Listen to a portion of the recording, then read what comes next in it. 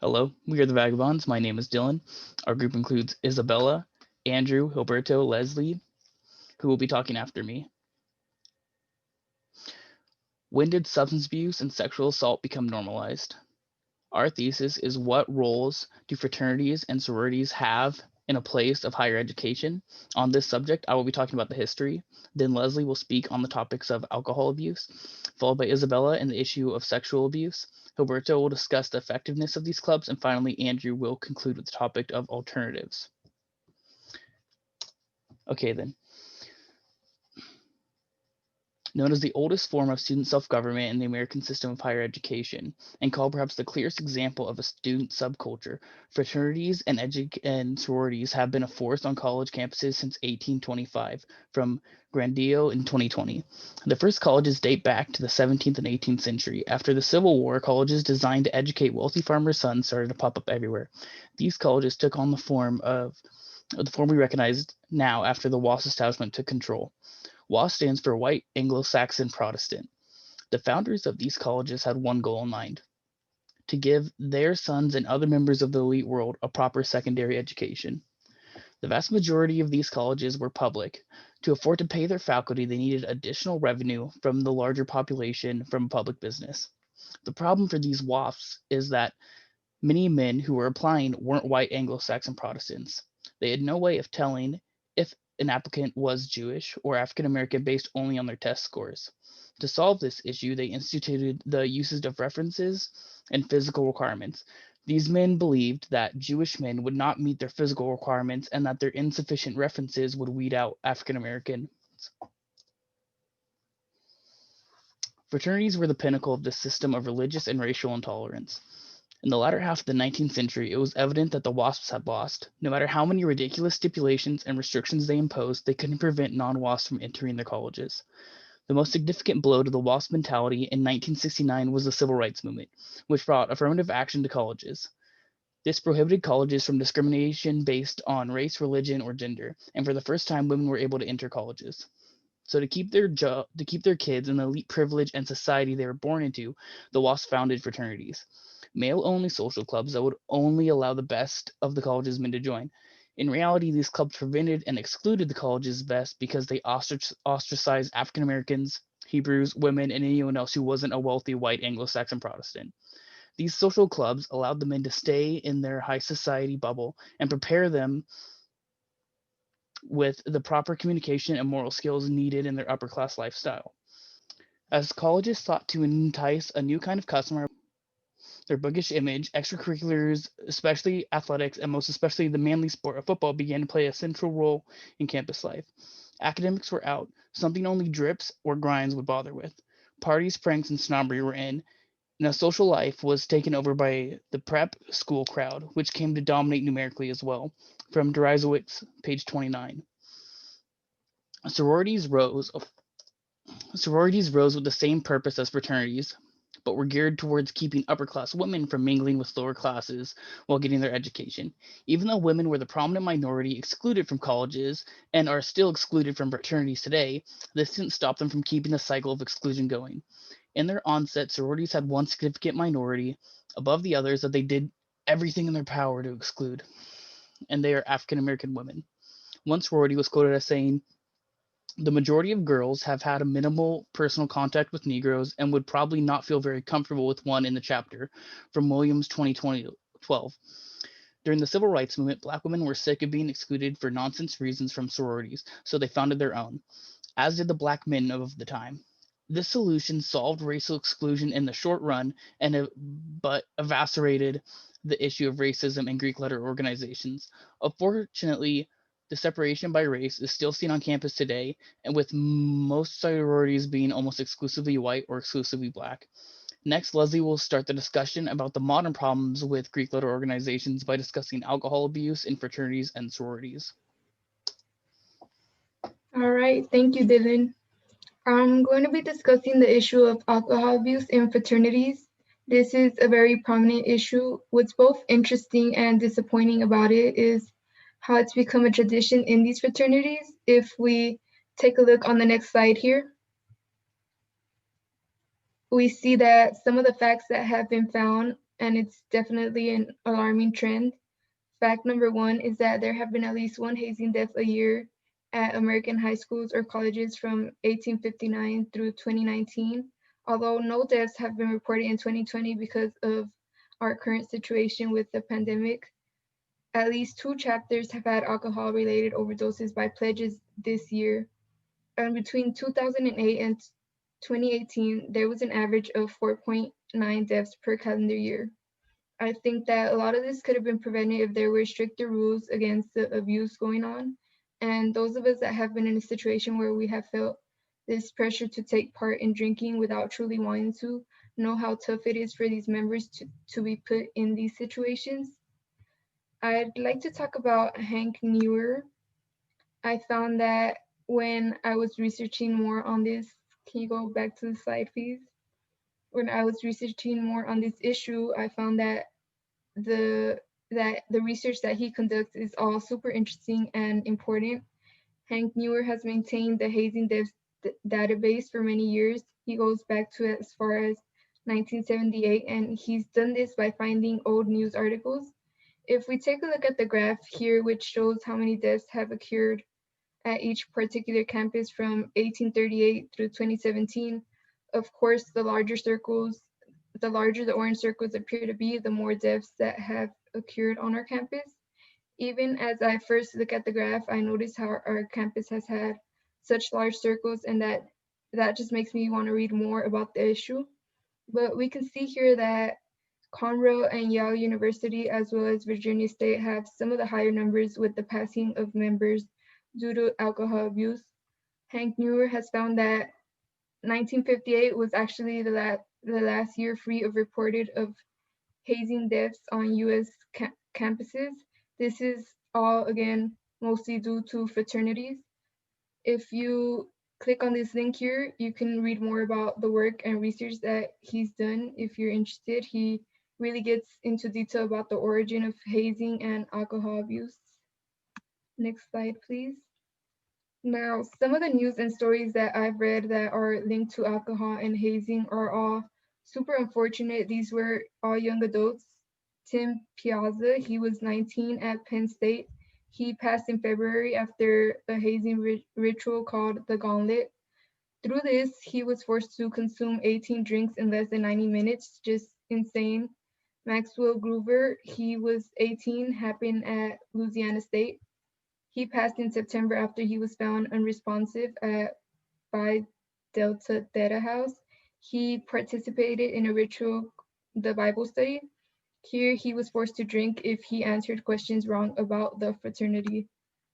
And lastly, Andrew Coffey, he was 20 at Florida State. He was pledging Chi Kappa Phi. He died in November after attending a fraternity party where he passed out after drinking under another ritual called the Big Brother ritual. Now he had a blood alcohol level of 0.447, just super intoxicated. Now keeping in mind that the that 0.08 is the legally intoxicated rate, and anything above 0.40 is potentially fatal. Now, there's a lot of why questions surrounding this issue.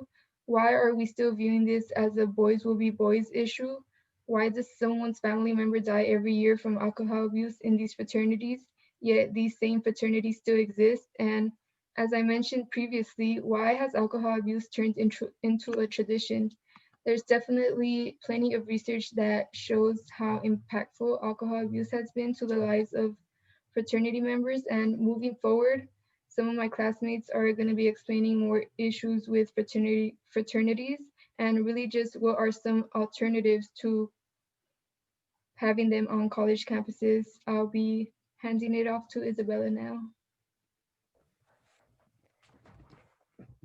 A big problem fraternities and sororities have is sexual assault and hazing incidents. According to the National Institution of Justice, 25% of sexual assault victims in one survey were sorority members, which is a high risk factor for sexual assault. Women in sororities are 74% more likely to experience rape than other college women. Fraternity men are 3 times more likely to commit rape than non-Greek peers. In one survey, 6% of men in frats admitted to committing rape, often more than once. Sexual assault accounted for 15% of insurance claims, according to a 2010 analysis by a fraternal insurance. 1 in 5 women will be sexually assaulted during the 4 years spent at college. Next slide. Hazing. Every year for the past 2 decades, at least one young man has died in connection with fraternity hazing, whether it's alcohol poisoning, extreme physical labor, or physical injuries. Dozens of lives have been lost in the name of fraternal kinship. Many young men see hazing as a requirement for manhood. Universities and fraternities are struggling to decide how to address the toxic behavior associated with these organizations. Next slide. Hazing deaths. Here are some examples of deaths that occurred in fraternities because of hazing. A death in 2017 of Timothy Pisa, a 19-year-old Penn State University student. Pisa died after a hazing ritual that had him consume a life-threatening amount of alcohol. He later fell down a flight of stairs, which killed him. Another example is on October 19th, a 17-year-old student, John, also known as Jack Shioning, died outside a house alleged to be associated with the Pennsylvania State fraternity Chi Pi. The cause of his death was unclear. Penn State suspended the fraternity. The university had introduced stricter rules in the wake of the 2017 death of Timothy Pisa, meant to police the bad behavior of fraternities. Next is Gilberto discussing whether fraternities and sororities actually give you an advantage in early career life. Hello. Today, the first thing I want to cover is networking. Networking is a key part of today's work environment. Networking is also building a network of people that can influence you positively in your career. In short, it is knowing someone that you can look up to, ask advice from, or ask favors from in a career aspect. Building a nice network full of influential people is key to being successful in today's world. Today's great businessmen, CEOs, and influencers have networks full of people of similar standing in today's world. However it may seem, the truth is that knowing people can get you places in today's workforce. To illustrate, 9 million Americans are also alumni who were or are part of a fraternity or sorority. 80% of Fortune 500 executives, 76% of US senators and congressmen, 85% of Supreme Court justices, and all but 2 presidents since 1825 have been fraternity men. This, according to bestschools.org. Furthermore, I encountered this journal by Gail Henry, it was written in April 14th of last year, and she said, "My nephew was both Rush chairman and the president of his fraternity after college. He interviewed with a banking firm and got all the way to the final interview of the president of the bank. The president," she said, "looked at my nephew's resume and had some questions about his positions as both Rush chairman and the president. After this, he was hired on the spot." Henry states that her nephew was given the job due to his qualifications given to him by his banking degree and the social skills given to him by his experience as president of the fraternity he was part of. It was clearly not stated whether the employer was part of a fraternity himself.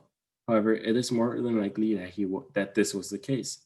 If the boss had been a part of a fraternity or sorority, they definitely would have been drawn to the fact that Henry's nephew had also been a president of their own fraternity, therefore giving them insight that he was good material for an employee.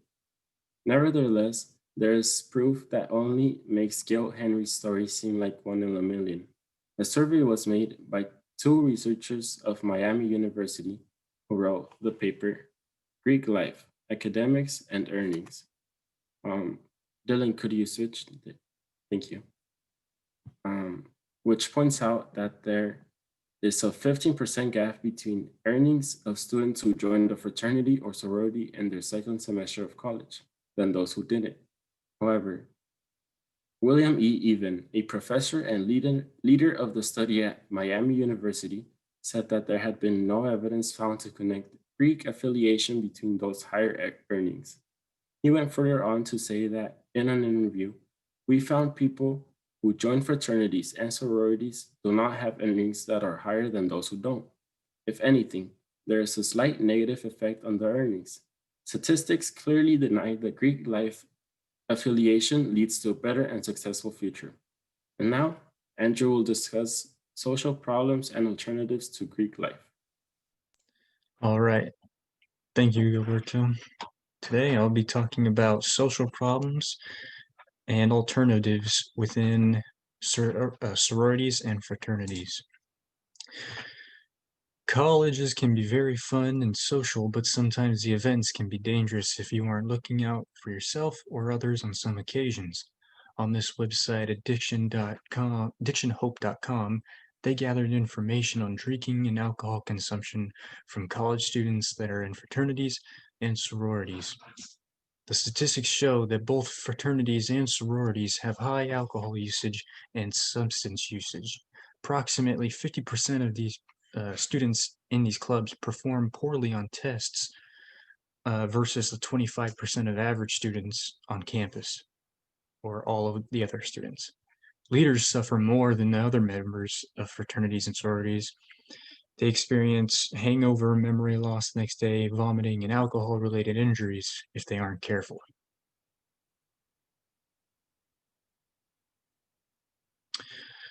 Positive and negative fraternity effects. Positive and negative fraternities can be very good for someone or not the best experience.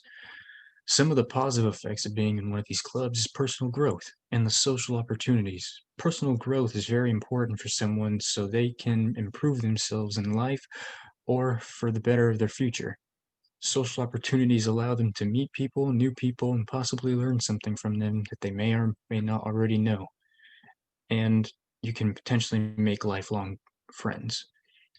The negative effects of being in a fraternity or sorority can be a wide range of things, varying from peer pressure decisions and bad academic performance. One thing that is negative is lower grades, definitely. Lower grades can affect you majorly mentally and make you stress more than you need to or become behind in school. Bad habits would be the other thing that can affect you on a big scale. Being influenced to do certain activity or do something out of your comfort zone in order to get the respect or look cool on some occasions is not always a good thing for you.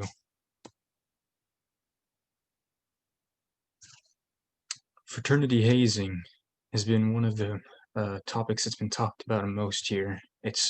And why is it so hard to stop student deaths? One of the most famous things that are done in fraternities more than sororities is hazing. Hazing nowadays is banned for having outrageous tasks to complete given by a high-ranking member. In some situations, hazing can be beyond what it should be, and resulting in death of innocent lives trying to prove to someone they can quote-unquote run with the boys. Tim Piazza is a victim of one of these outrageous rituals where he was forced to do a drinking gauntlet which had he had to drink so much to the point where he fell down a flight of stairs and he repeatedly hit his head on his way down. Then put on a couch and by the other members was dumped liquid upon until he was conscious or a certain way to wake him up, which was weird. And after that didn't work, the fraternity members sought out medical aid because learned out uh, later on to find out Tim did not make it out and he died the next morning to severe trauma to his spleen and head. This is a very tough topic to talk about because the fact that people would go to this extent to prove to other members that this is what needs to be done in order to be part of a fraternity. And sometimes hazing happens in sororities too. This is definitely not a great thing that part of any of this. Right. So the conclusion. Sorry about that. The origin of fraternities and sororities started in 1825, where fraternities and sororities were the highest form of student government. Many hazing rituals have taken the lives of innocent people because of the ones conducting the ritual being intoxicated on occasions or overdosed on something that makes them make rash decisions that leads to other people's death. Men in fraternities are 3 times likely more to rape compared to non-Greek peers, and every 1 in 5 of women on campus in any college that has high rape percentages can can be a victim of one of these instances. And being in a fraternity uh, or sorority can affect your social life in a negative way and sometimes a positive way, but we're getting the point across that it is a negative way.